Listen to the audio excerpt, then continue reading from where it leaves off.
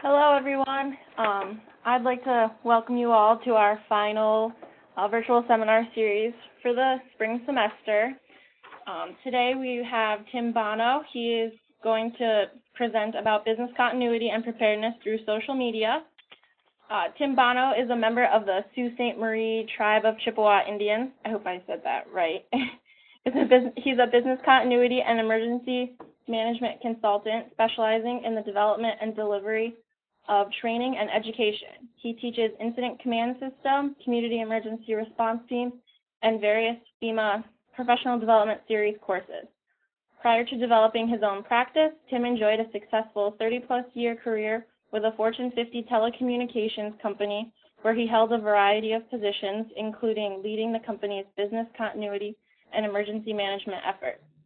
It was during that time he successfully integrated CERT into a corporate environment and subsequently worked with many communities across the United States promoting CERT. 14 years ago, Tim co-founded the business continuity professional group, Mid-America Contingency Planning Forum, in St. Louis, Missouri, and serves again as its current president. He has recently been named to the editorial board of the Disaster Recovery Guide. And several articles Tim has written on various business continuity and emergency management topics have been published in trade journals. Tim serves as the training lead and a ground search member of the Eureka Fire Protection District Search and Rescue Team, which was deployed to Joplin, Missouri, following the devastating tornado earlier this year. So if you could all join me in welcoming Tim. Thanks, Chelsea, and happy Friday the 13th to everybody. Hopefully we're all enjoying a good day today. Here in St. Louis, it's opening day for our baseball Cardinals. So unfortunately, Mother Nature isn't cooperating, and we've got some severe storms coming through, but it's supposed to clear up, and hopefully we'll get the game in today. So I'm glad I can join you for your last webinar for the year, or for the semester anyway.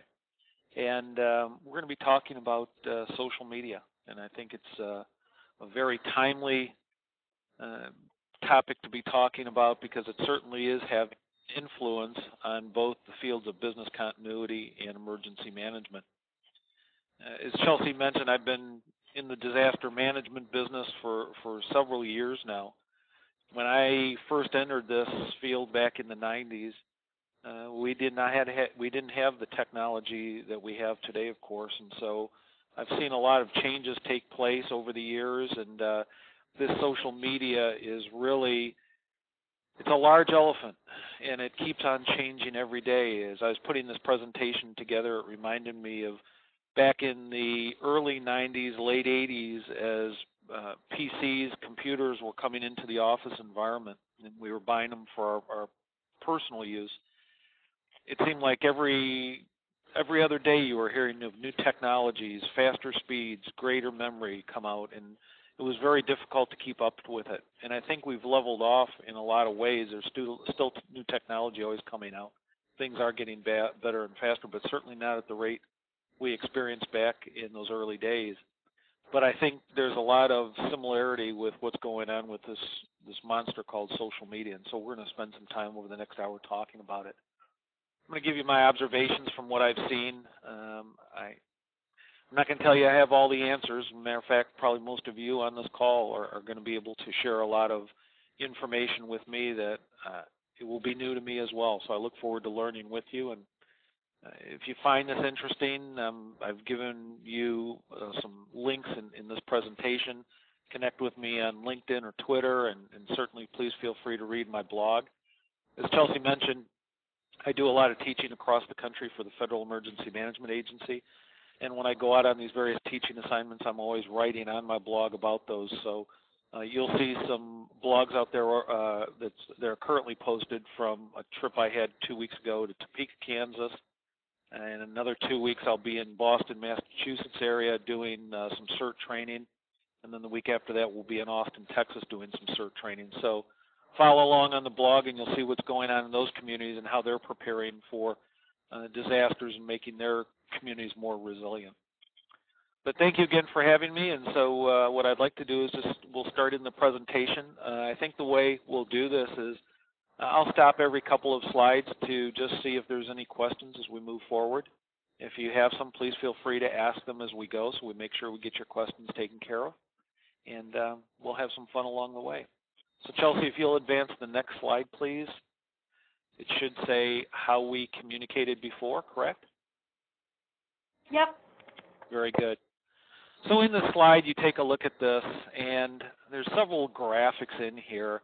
If you look over on the upper right-hand corner there, you see a little telegraph key in there.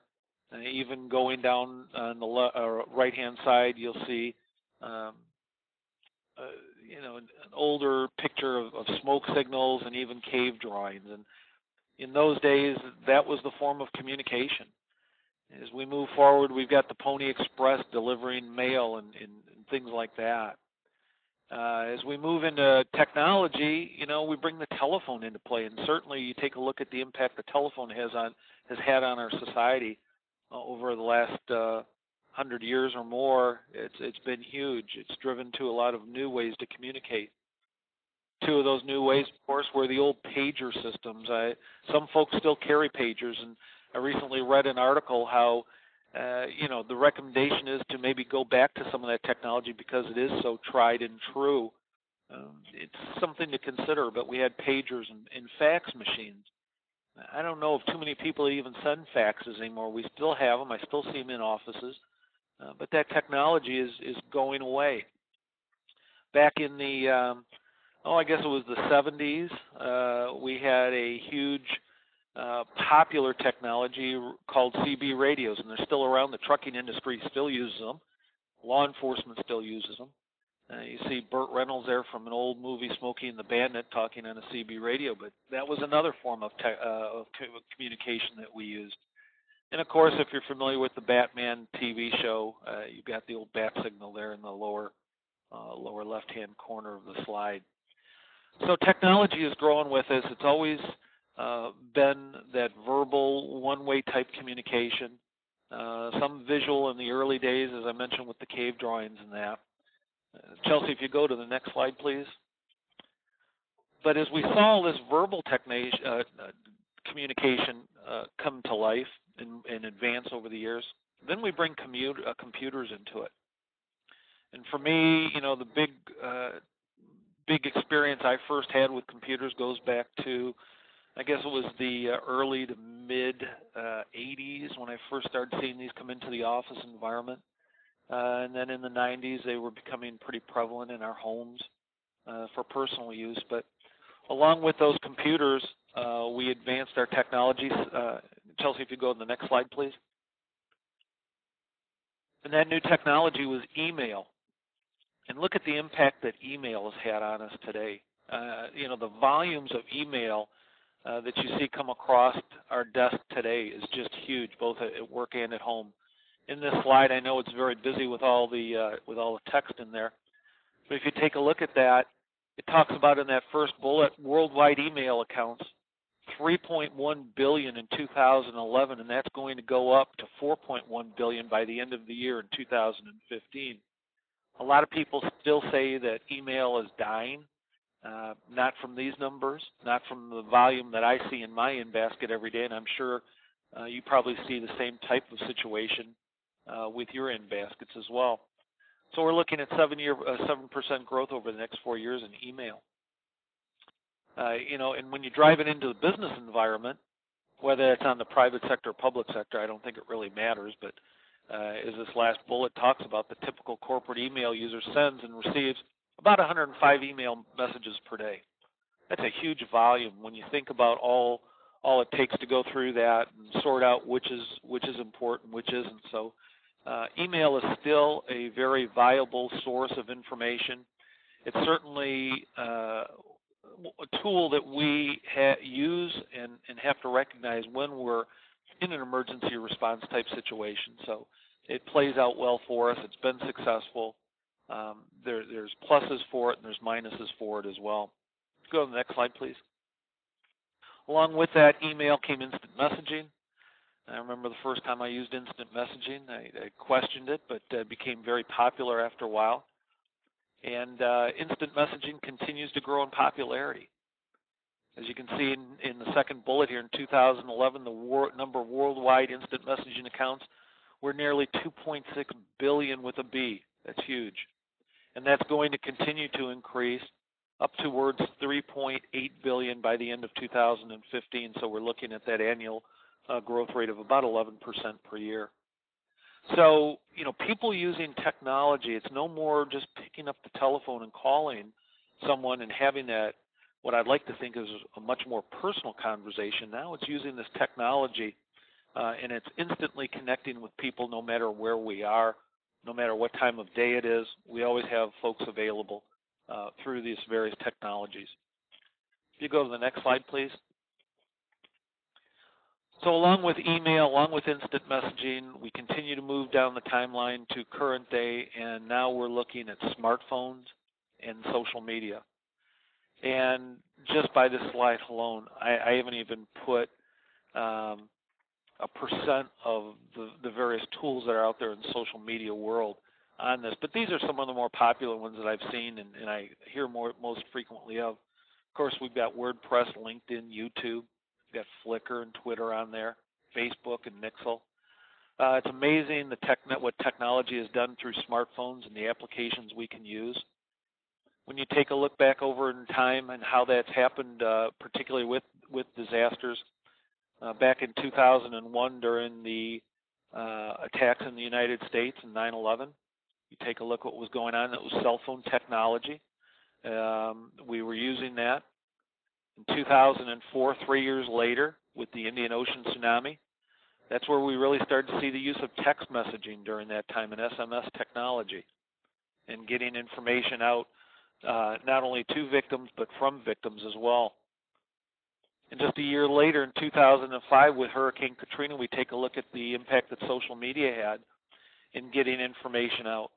It really came to light. We started hearing more and more stories about social media and Facebook and YouTube and all that kind of stuff with Hurricane Katrina. Helping find missing people, locating emergency housings, coordinating volunteers, participating in disaster relief. Those were all things that were taking place with social technology, social media.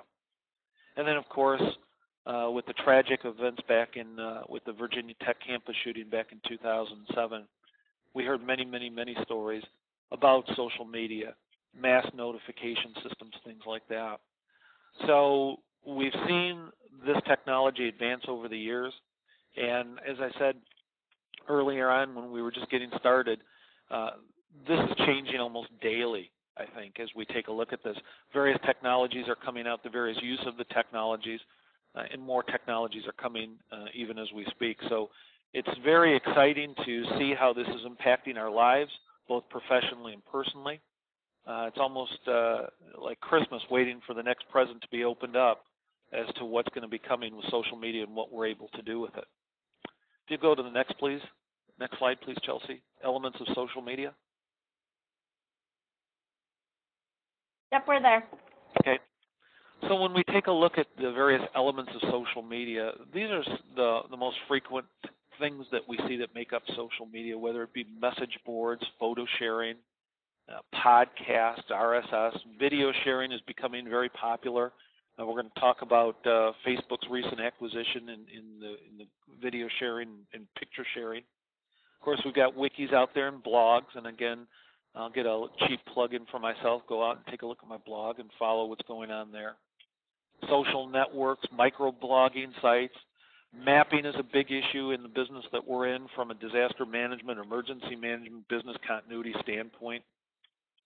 All those things really come into play as we continue to look at what capabilities we're able to bring to our world to manage these various events that we're involved in, to be much more reactive to them, to find ways to recover our critical and essential services faster, cheaper, better.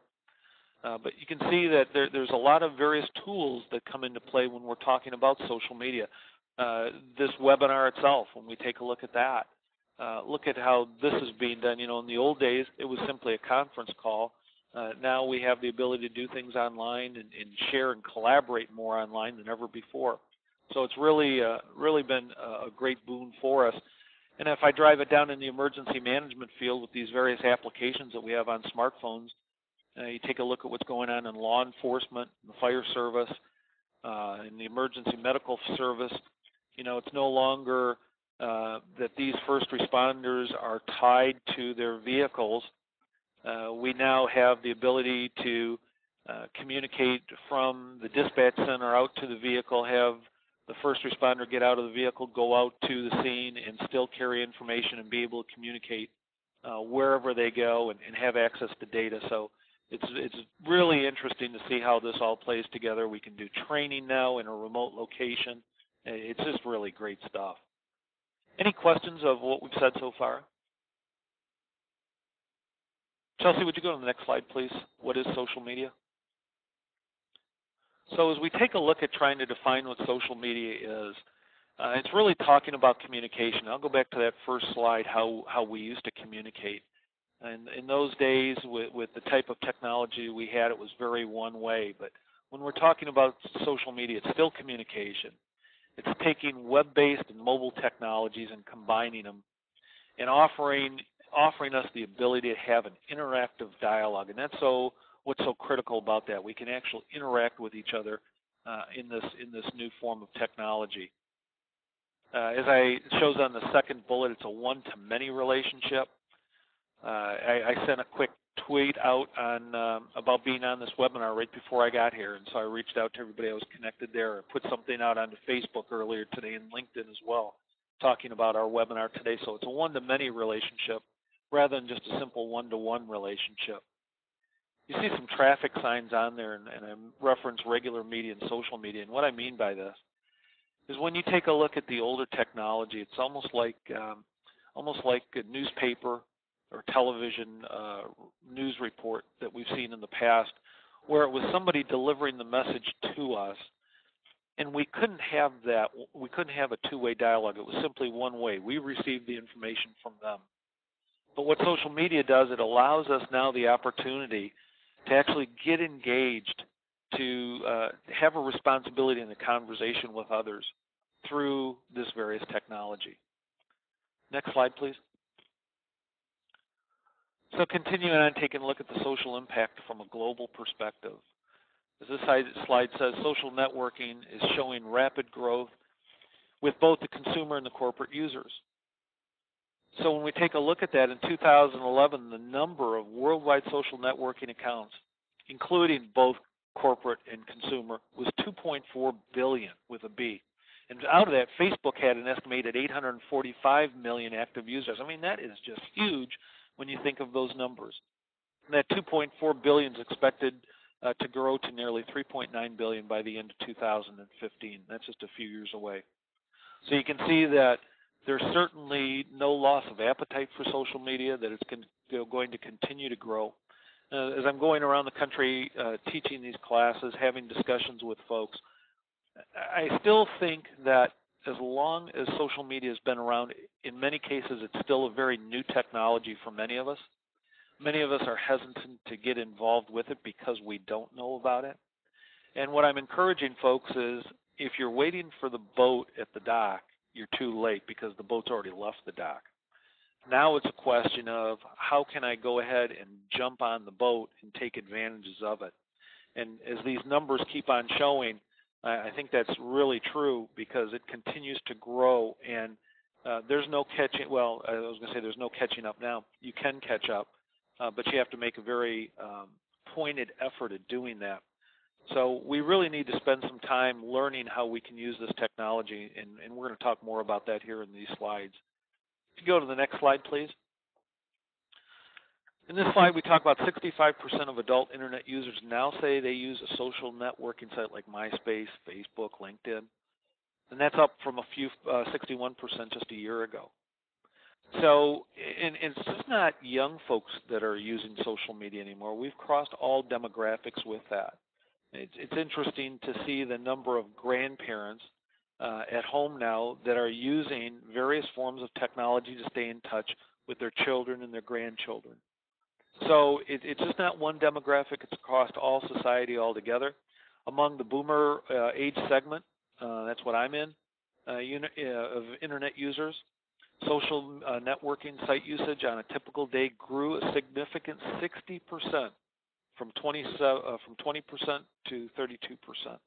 So the more it's around, the more exposure we have, the more use we're starting to put into it, which is great because when we're in a disaster, we can't take the time to learn the technology. We have to be comfortable with the technology. We have to understand its limitations. We have to understand its strengths. And so by using this and getting more involved now rather than the heat of the battle, that's a good thing for us. But again, it continues to grow. Next slide, please. This slide talks about the top 10 sectors by share of internet time. It shows where we're spending our time on the internet. And no surprise, we're spending a good portion of our time in social networks. Yes, we're spending times on games, email, portals, things like that, instant messaging, we talked about that earlier, watching movies. But most of the time is being spent on these social networks. Next slide, please. When you talk about that, and I want to go to Facebook here now, you take a look at how big Facebook has become. You go out to the Facebook website, and they show 845 million monthly active users are on Facebook. And we've seen from the disasters we've been on, people are going to be using Facebook as the go-to site. 483 million return to the site daily. 360 million users are active 6 out of 7 days a week. And these users upload more than 250 million photos to the site each day now. When we're talking about those photo uploads, it was interesting that earlier this month in April, you read about it in the paper, you heard about it, I'm sure, Facebook buying the photo sharing network Instagram. They bought it for $1 billion. It was their biggest acquisition for Facebook ever. And the reports indicate that they're adding something like 30-plus million active users to their portfolio as a result of that acquisition. Now, earlier in the month, in April, just about the beginning of April, I guess it was, they had come out with an Android application. And what I find so interesting here is with this Instagram Android application, when it was released, they had over 1 million downloads of the application in just a matter of 12 hours. So those numbers are always just staggering to me as to what we're doing with the technology and how we're using it. But as you can see from Facebook, they certainly are the elephant in the room. In 2010, Facebook made $606 million. That was an 88% increase from year over year. So it's a huge corporation. And if you take a look at the profiles in Facebook, if we were to equate that out from a dollar perspective, that's $43.79 per Facebook profile. So it's certainly a well-valued company. It's I heard a radio report the other day. If you talk to folks coming up looking for their first job coming out of college, Facebook is one of the companies most want to work for. They just find it such a good company and so interesting. Next slide, please. This little speedometer, tachometer, gauge, whatever you want to call it, talks about, again, where we're spending time throughout the day. And if we break that down on an hourly basis, social networks and blogs, we're spending 13 minutes and about 36 seconds on that. Compared to games, we've got a lot going on in the games area. Email, remember all those 105 emails I talked about in the corporate world? We're spending some time there, about 5 minutes in that. But social networks, again, they continue to be the behemoth of where we're spending time online. Next slide, please. And this one just reaffirms that, the number of hours spent on these various networks. Next slide, please. So what's social media? I've shown you many slides now that talks about the volume, talks about how we've brought this technology forward. And it continues to grow. So if we accept that for what it is, what's that do to us in the business continuity or the emergency management field? When I was coming into this business, and even before that, and again I'll go back to, this was in the early 90s, when we would have a disaster, we would have the old brick and mortar type emergency operations centers. You would have a designated response team that would have to assemble there, so you've got some travel issues to get there. Once we got in there, though, it was a secured area. Not everybody was allowed inside. We had phone banks set up, probably in tables or in pods or groups, things like that. We had some fax machines. In more recent times, we had some computers set up. We certainly had maps on the wall. Lots of whiteboard so that we could make notes and write things. There were some documentation tools that we had.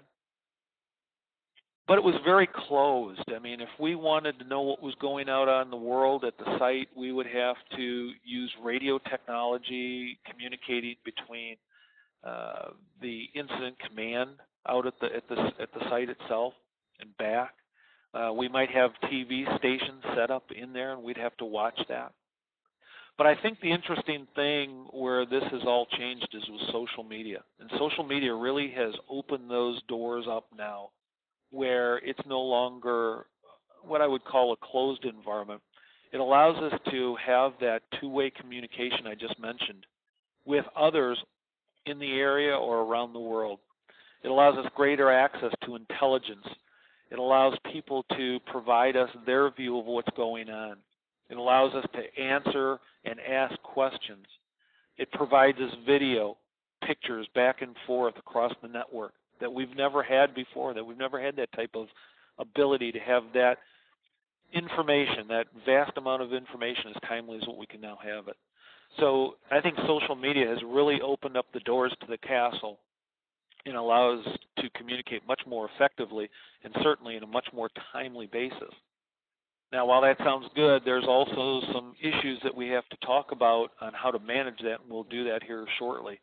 But if you take a look at how social media has been used in some past emergencies, take a look at what happened years ago in the Mumbai terrorist attacks and how Twitter users on the ground were setting out information talking about, emergency phone numbers, location of hospitals and blood donations, things like that.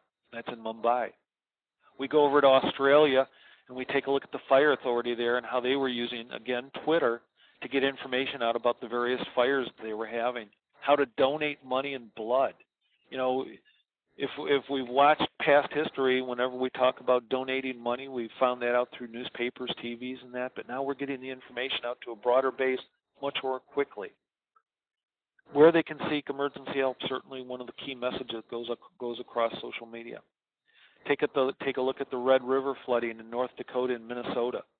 2,600 people were getting updates delivered on FEMA's website, through their Twitter, rather, during that incident. It's a lot of people. If we take a look at the FDA recall of salmonella-tainted pistachio products, again, 3,000 people found out through the agency's Twitter feed. I mean, that's how they're getting their information now, through social media. It's no longer just on TV or newspapers, and it's very timely. In Japan, of course, we saw all the reports about social media with the earthquake and tsunami. We're using mapping capability there during that response and recovery period. Over 8,000 reports received via social media about shelters, food stores, cell phone charging stations, road closures. And the one I feel closeness to, of course, is the Joplin tornado. As Chelsea mentioned in my introduction, the search and rescue team that I'm with here in the St. Louis area, the Eureka Fire Protection District, we were sent down to help with the response and recovery in Joplin. And we were using the social media while we were there. But as this one says, the hospital administrator tasked one woman who had little more than a Facebook account to track down 1,100 hospital employees who were missing.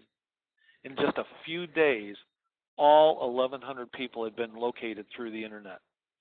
And if you think about how we would have done that in the old paper and file days, that's just unbelievable how you can accomplish that through social media. So there's a lot of value, again, going back to my analogy of the closed door, open door communication, being able to reach a lot of people very timely. We see that time and time again in these various disasters. Now, the downside to this, there was a recent FBI request for information. They were looking at buying some things and buying some technology and that. And in this RFI, the Bureau claimed that social media networks have been trumping police, firefighters, and news media when it comes to communicating news of developing incidents and protests. People are right there. The immediacy of this and the ability to connect to the world through social media allows us as citizens to get the word out very quickly, very effectively, and very efficiently. They also stated social media is rivaling 911 service in crisis response and reporting. So when you think about the way we used to do 911, where you would call from a landline into a dispatch center, report your problem, and then they would dispatch a police car, a fire truck, an ambulance, whatever, to the scene. Now we have the ability where if I'm in my vehicle and I come across a traffic accident or some sort of an emergency, I can call 911 on my cell phone. I can go ahead and report the incident. I can take pictures. I can take video. I can send it back to the dispatch center. The dispatch center can then send it out to the responders, and they have intelligence even before they get there, which is a huge benefit to them. So, and there's still more things coming with that. So you can take a look at how social media and how this technology is really helping us in these emergency situations. Next, please. We should be on a slide called Data Crush. Yep, that's where we're at. Okay. So the problem that we've got is with all this social media and all these millions and billions of people with this technology, all the information that's coming in, how do we manage that?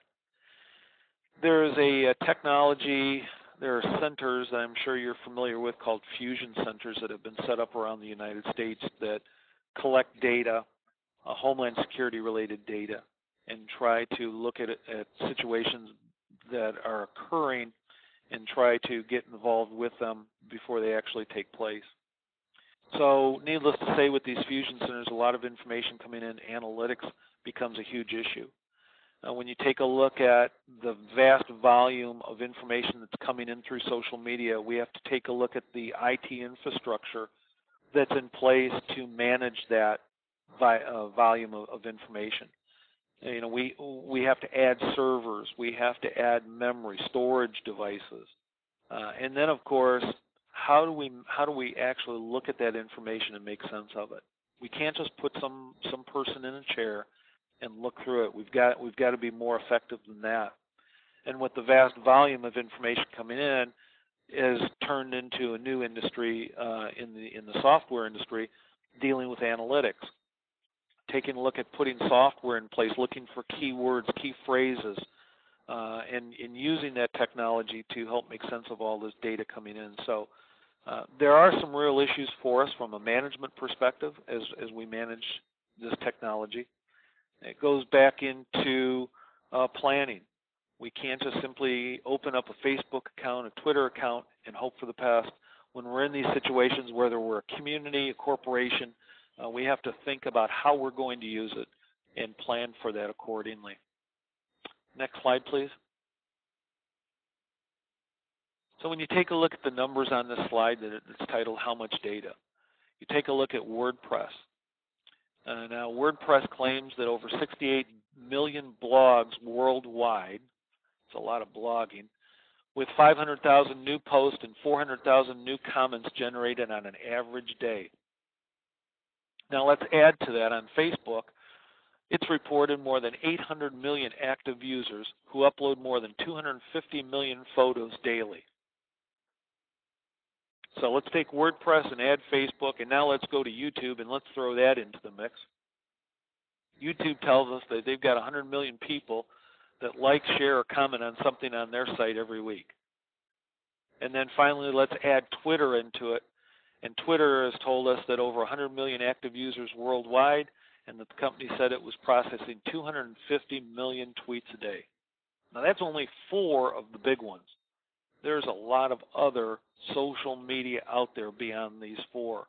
So when you combine all that, there's a lot of traffic, a lot of data going around the world that needs to have somebody looking at it, particularly during emergencies, during disasters. So when we talk about how much data that is, again, the impact is going to be more server space, more computer space, more storage space, having the infrastructure in place to support that, and certainly having analytics in place to analyze the data and make sense of it.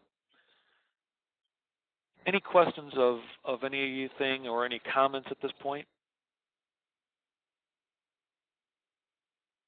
Okay. So talking about the challenge, again, social media is constantly changing. It's constantly moving. Every day it seems like something in the social media world has gotten faster, bigger, newer, and it's just extremely difficult to stay ahead of the game. But how do we stay ahead of the game instead of always being behind it? And I think part of the challenge lies in the nature of social media itself. It's self-generated. As a self-generated means of communication, social media, it's an excellent resource for real-time information on disasters, but the sheer volume of news and events created before, after an event poses a huge challenge for emergency responders in monitoring that. And I think I've talked about that now on a couple of slides. How do we deal with all this information? The instantaneous nature of social media built up enormous expectations for a speedy government response. So now as citizens, we have become very reliant upon this social media, this monster called social media. It's much like our 911 system. And I tell classes that we're very blessed to live in a society where you pick up the phone and dial 911, and within a matter of minutes, you'll either have a police officer, a fire truck, or an EMS unit there in most areas. Get in some of the rural areas, it may take a little bit longer, but in general, we're very blessed with a 911 system. 911's been around for a long time, and as a community, we've become reliant upon that. I think the same is true with social media in that on a day-to-day basis, as we're texting with each other and we're sending messages, we're going out to LinkedIn, we're going out to Facebook, Twitter, whatever it is you use, the videos you pull off YouTube, you're very used to that response. That sets our expectations up. So now when we get into a disaster, we expect that same type of a response, particularly from our government centers and things like that. So it's a real challenge for us from our elected officials who, quite honestly, I mean, that's where the votes are. They're concerned about that. But from our elected officials, our first responders, our emergency management folks, we all have to look at how we're going to handle and provide that same type of speedy government response. And the real strength of social media, that says in that last bullet, it seems lies in the preparation for these events through the warnings and information, evacuation notices, weather updates, things like that. So we have to take a look at that as we decide how we're going to bring social media into our operations, how we're going to incorporate social media into our planning processes. We have to include social media in our exercises. We need to really plan for our use of social media. If you go to the next slide, please. There is the dark side, though, of social media, and we've seen many reports of this as well. Unfortunately, it's like anything else. There's always a dark side to something. In this case, we're looking at how some communities have experienced negative flash mob attacks. You know, the ones that we see on YouTube of the Christmas carols in the mall are very nice. We like to see those. But at the same time, there are other situations that take place where social media was used to have a criminal effect on it. So we have to take a look at those flash mobs. If you remember, I believe it was about a year ago, maybe a little bit more than that, we had a situation in the San Francisco area where they actually ended up shutting down wireless communications to prevent the social media impacts there. And then, of course, most recently we've had the Occupy movement where we had a lot of social media usage there. So we have to look at that. The other thing about this, I was just teaching a class not too long ago, and somebody brought up the fact that once you have a disaster and well-meaning citizens are trying to help out, they're going to use social media to get with the folks in their networks. And while they may mean well in responding to help out, whether it's sandbagging or whatever else it may be, if they get that network in place and they send out, come on down, let's go help, you may be faced with, as emergency responders, you may be faced with quite a volume of spontaneous volunteers that you're going to have to deal with. So again, we have to look at that and have to figure out how we're going to handle that from a community or corporate perspective. Next slide, please. So again, word of caution, the evolution of social media has led to faster spread of messages and the ability to minimize harm done to an organization in a crisis scenario. And social media has the opportunity, has the potential, it can ruin a company's reputation or expedite the spread of harmful corporate rumors. Years ago, I had a position where I was dealing with customers in a call center type environment. And perhaps you've heard of these same figures. If my customers have a good experience with me, they may tell one or two people. And remember, this is pre-social media, so this was word of mouth type activity.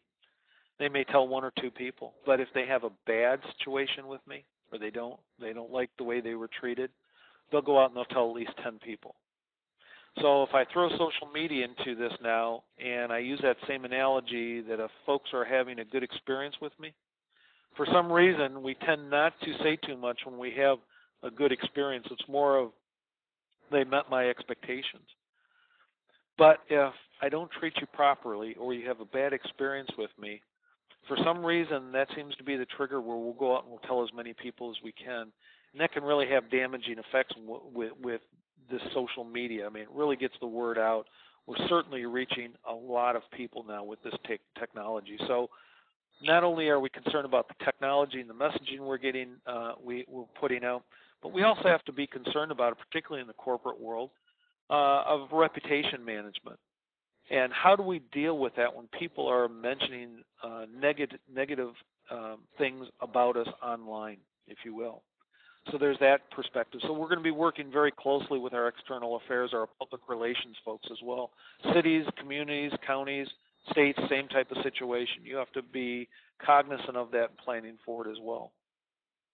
Some of the liabilities that we have to address, of course, with social media, there's advertising, there's cyber stalking. We've seen cases of that where it's very unfortunate. We see a lot of that in the schools. Cyber stalking. We see defamation, employers' liability, intellectual property. There's issues there. Because everybody's using it. In corporate world, we used to just have to be concerned about our senior managers and taking their laptops home and having somebody get access to their laptop. But now with the smartphones and everything else, there's a real issue there about intellectual property and what's happening with that. Privacy liability, of course, is an issue. Security breaches and trade secrets. We really have, from a corporate security perspective, we have to be very concerned about what our employees are doing with social media and with even their own personal devices.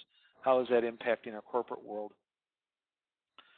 Like anything else in risk management, business continuity, emergency management, there's always insurance.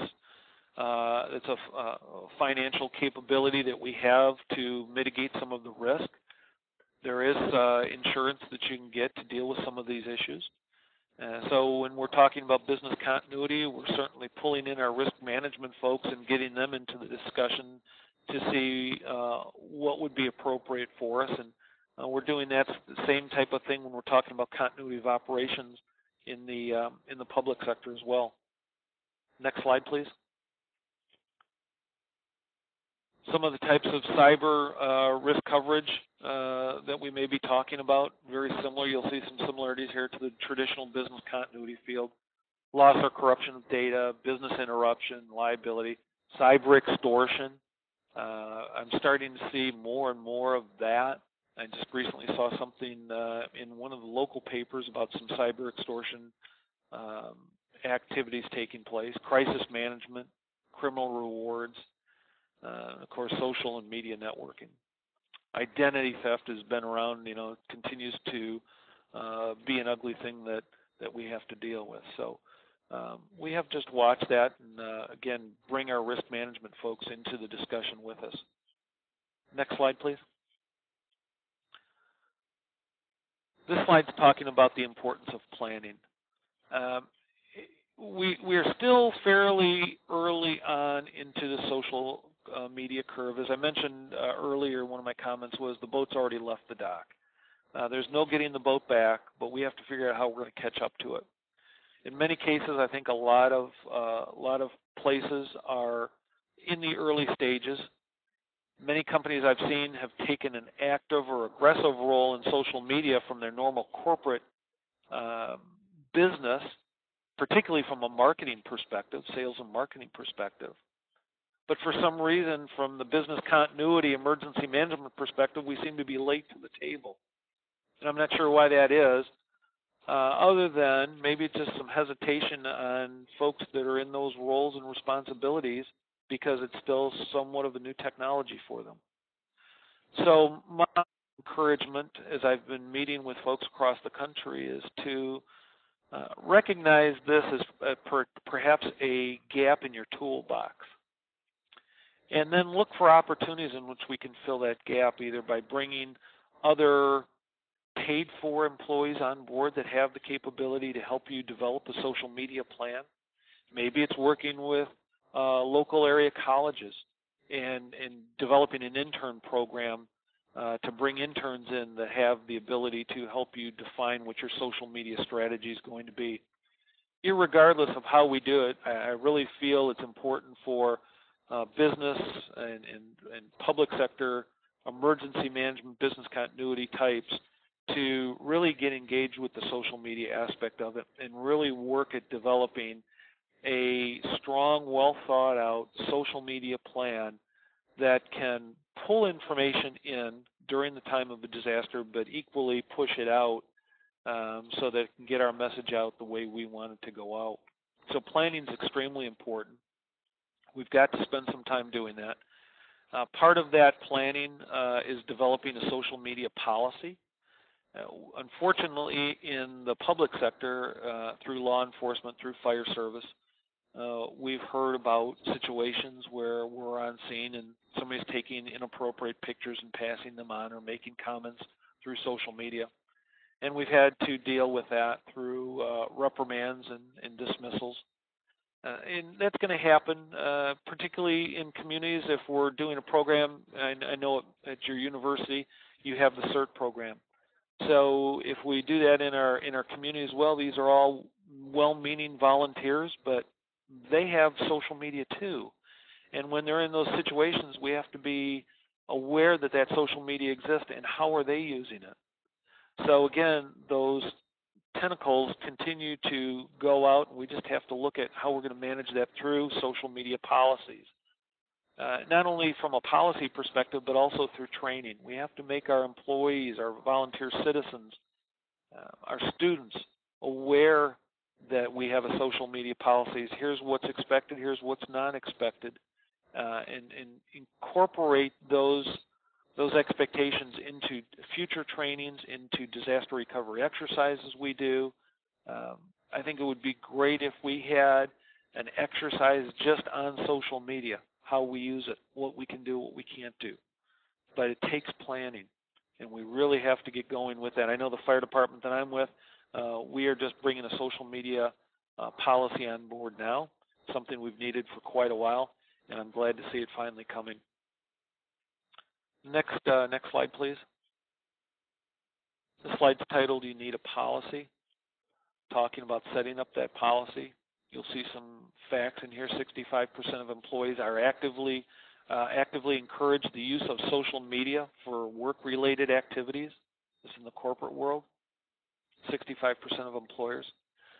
21% of employers have taken disciplinary proceedings because of information an employee displaced on a social media site about another individual. So this gets into that point about, we've got to have that policy in place to prevent some of this activity from taking place.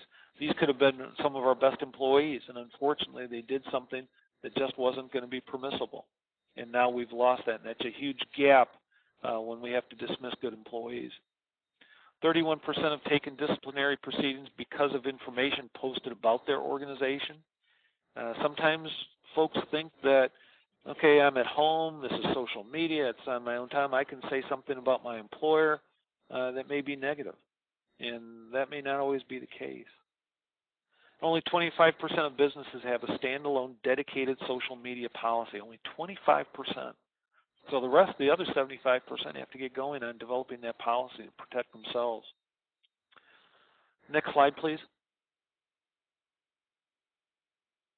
Under considerations, we should use social media tools that can contribute to the success of our social media campaign. Again, going back to the planning stages, why is it we want to use social media? What can it do for us? How are we going to use it? Who's going to be responsible for it? All that kind of stuff comes into place. So we should only be looking at those tools that we really need. If we don't need Facebook, then don't include it. If there's no need to use that tool, don't include it. They should use only the tools they have the time to plan and execute the use of. Again, if we can't use it, we can't plan for it, we don't have the time to use it, don't include it. Organizations should have a plan for their messages and make those messages clear and coherent. For years, we've had external affairs organizations, public relations organizations that spend a great deal of time and effort crafting those messages. We know from a disaster management, there's no message that leaves an EOC without considerable review and approval before it goes out. We need to have that same type of diligence when we're talking about our use of social media. We have to have that plan in place. We're going to delegate social media tasks only to the people in the organization who are aware of the organization's communication strategies. Those that have the knowledge, those that have been trained, those that have been authorized are the ones that are going to be using this media. We just don't want to throw it open to everybody. Social media should not be treated as a low-level task. It's beyond that. This should be viewed as a very strategic tool, whether it's in day-to-day use or whether it's in a business continuity, emergency management, disaster-type setting. It is much more than a low-level task. It's a very strategic, very powerful tool that we need to account for. And then finally, social media is more than a new place to communicate during a disaster emergency. It really is the place to communicate. We've seen that in past disasters. They're going to Facebook. They're going to LinkedIn. They're going to YouTube. You can't stop them. So we just need to figure out how we're going to use that to the betterment of everyone, including our businesses, our communities, ourselves. We just have to look at how we can use the social media to make things better. I'm going to give you a couple references that I pulled from as I was putting this presentation together. If you go to the next slide, those are on that. And if you go to the next slide, I give you some contact information for myself along with some links, how you can reach me on social media. And I actually had an invitation earlier today from I believe he's on this call with us, and it certainly goes to Millersville. So I appreciate any invitations you might send me to connect on social media. But let me stop talking now and open up if there's any questions or comments.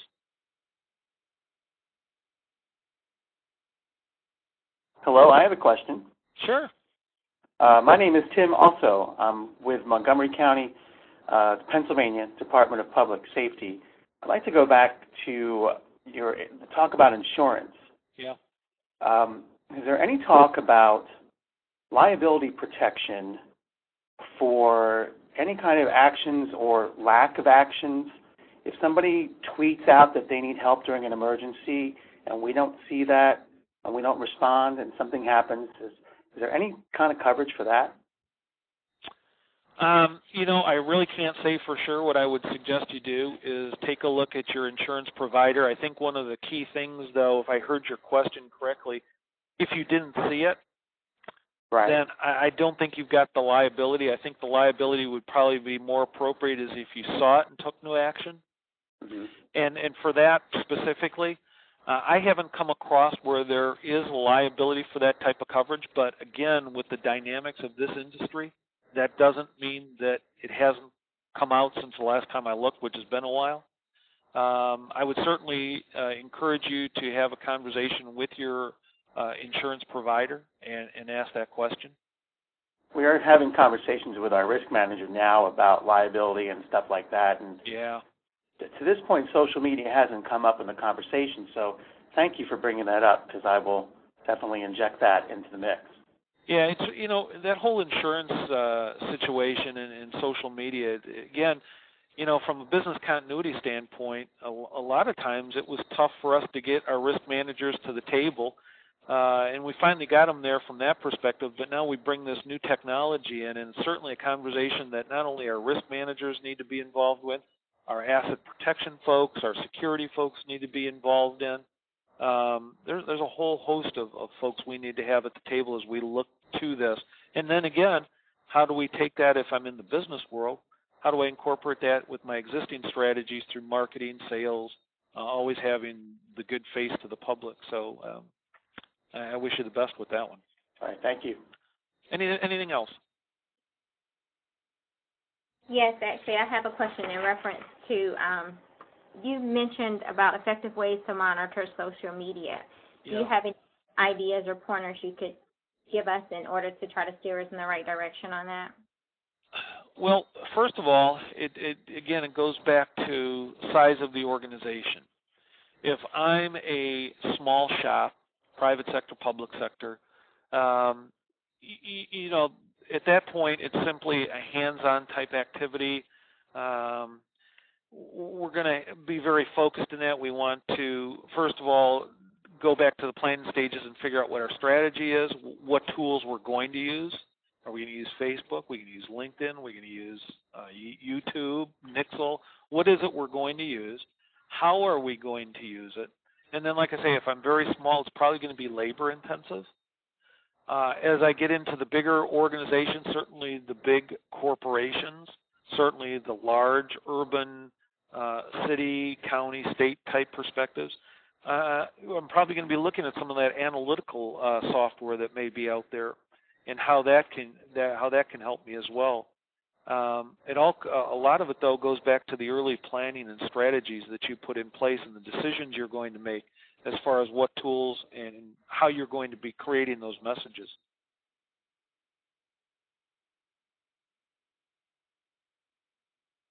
Anything else?